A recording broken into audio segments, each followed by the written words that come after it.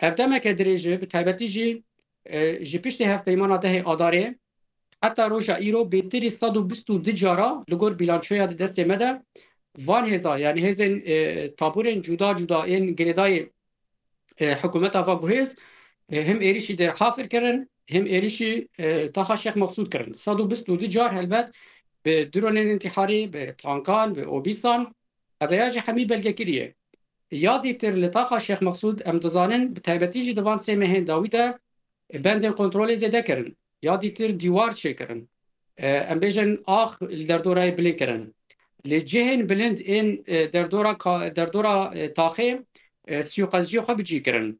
هر روزه درونی خو این انتحاری و حتی درونی خو یک کشفه لسر تاخا شیخ مقصود برو آنین خواستن لوی داری دا آگاهی کن بکن دیمنا بکشینن حتی هنک آجان خو خواستن بشینن در دورا کامپی دی بین ناوی کسین گو قاشو ریا خو شاش کرنه و صبری خدا نتاخی اما اساس گش آجان بون خواستن آگاهی کن بکن و هلبت ده انجام وان ام بیشن حاضری خدا خواستن وقت دو وقت وجدید ایریشه که برفره بگیرن لوقت بقولت دنما یوان یا دست بکی به سر نکد و تجاری جب سر نکبه و دی ساجه ام وید بیشن وقت هزن سوریه دموکراتی هر چخواسی نها ام لوی داری تونن اف لپشیا چاپمنیه هم چاپمنیه حتی ای حکومت افغوهیز گو ابخواجی در کتن